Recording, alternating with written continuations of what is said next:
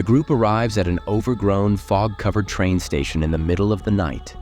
Shadows stretch across broken tracks, and the only sounds are the faint rustling of leaves and the distant hoot of an owl. As they walk along the platform, an old, abandoned train materializes on the tracks with a deep rumble. The train is rusted and ominous, the windows shattered and dark, as if absorbing all the light around it. The group cautiously steps inside, finding the interior coated in dust and old newspaper clippings. The air feels heavy and cold, and their footsteps echo ominously. One of them hears a faint whisper calling their name. As they walk deeper into the train, they begin to notice odd details. Seats that look recently used, footprints appearing in the dust, and faint outlines of passengers that vanish when they look closer. They reach the conductor's cabin and find an old, tattered uniform hanging eerily from the wall.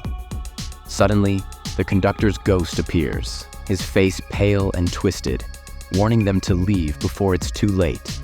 As they move further down the train, one team member is suddenly separated. They hear soft laughter echoing around them, and shadows dart around. A hand reaches out from the darkness, grabbing their arm before disappearing. They find an old newspaper clipping pinned to a seat, revealing the tragic story of a deadly accident where passengers perished in a fire aboard the train. The article claims their spirits have been seen haunting the tracks ever since. Suddenly, shadowy passengers begin to materialize, sitting in the seats with blank expressions. Their eyes seem to follow the investigators, and the sound of faint, eerie whispers fills the air. Without warning, the train lurches to life, moving along the track despite being abandoned for decades. The group tries to get off, but all exits are locked as the train speeds up, its wheels screeching like tortured souls. The investigators enter the dining car, where ghostly figures of passengers sit at tables. One figure stands up and turns toward them, its face contorted in horror and anguish.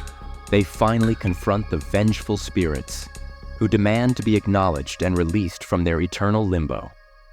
The spirits begin to close in, their hands reaching out, and the investigators scramble to recite a prayer to break the curse.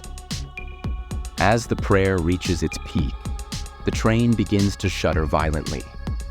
The spirits scream and flicker in and out of existence, slowly dissipating as the curse weakens, and the train gradually slows to a halt.